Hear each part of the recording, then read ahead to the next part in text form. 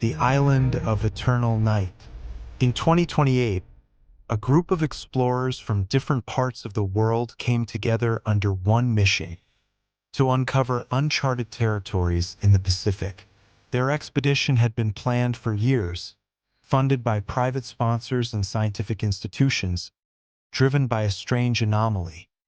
Satellite images showed an island in the middle of the ocean that appeared wrong. It was visible from above, but its details were blurred, as if the cameras refused to capture. Sailors in nearby routes told old legends: an island where the night never ends, where the sun dies before it rises. Most dismissed it as maritime folklore. But this team, scientists, adventurers, and survival experts, wanted to see it with their own eyes. After 3 weeks at sea, battered by storms and strange compass errors, the expedition finally spotted it. At first, the horizon showed only endless gray waves.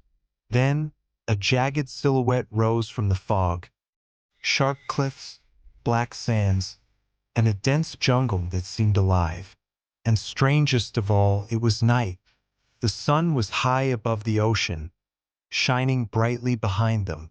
Yet, the moment their boat crossed an invisible line, daylight vanished. They were plunged into twilight.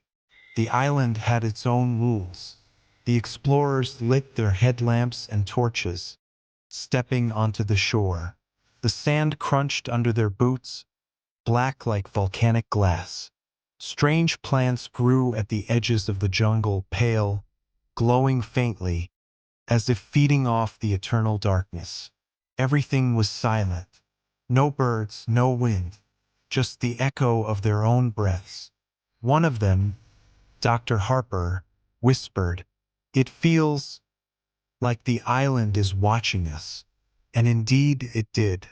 They pushed deeper into the jungle. Their lights reflected on wet leaves, revealing strange markings carved into trees, spirals, eyes, suns crossed out with jagged lines.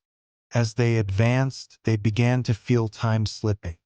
Their watches ticked, but hours felt like minutes, or minutes like hours.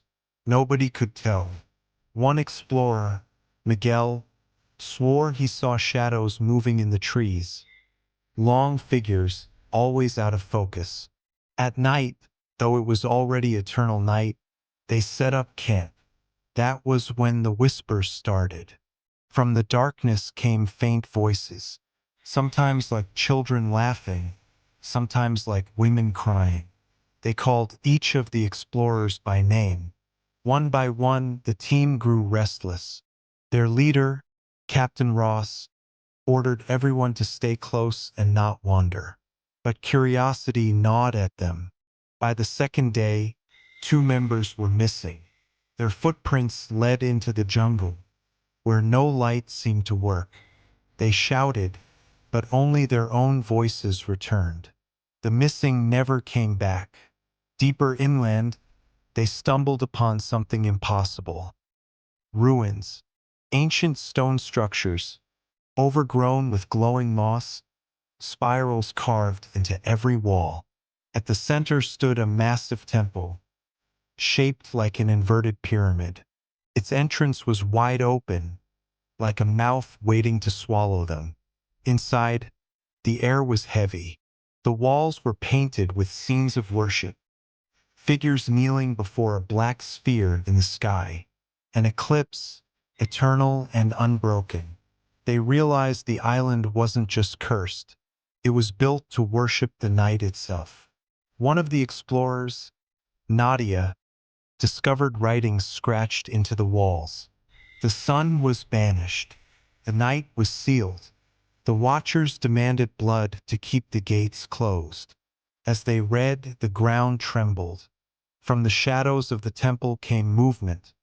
Tall, skeletal beings with glowing eyes, limbs too long to be human. They didn't walk, they glided.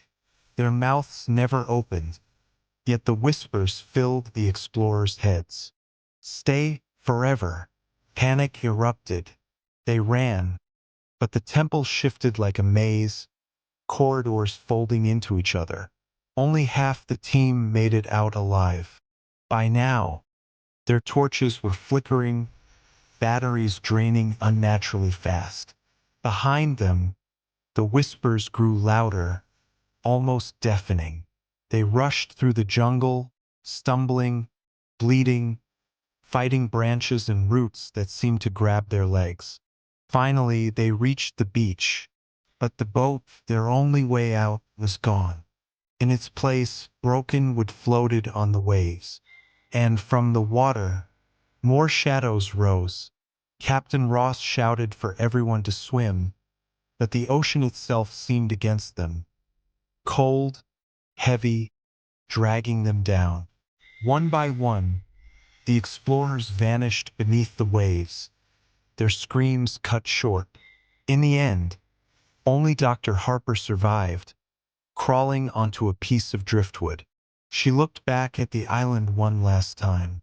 It was still there, dark and silent, watching. And then it disappeared. When rescuers found her days later, she was half mad, whispering only one phrase: "The night never ends. The night never ends." Thank you for watching. Subscribe so you don't miss the next story. Full version is already on the channel.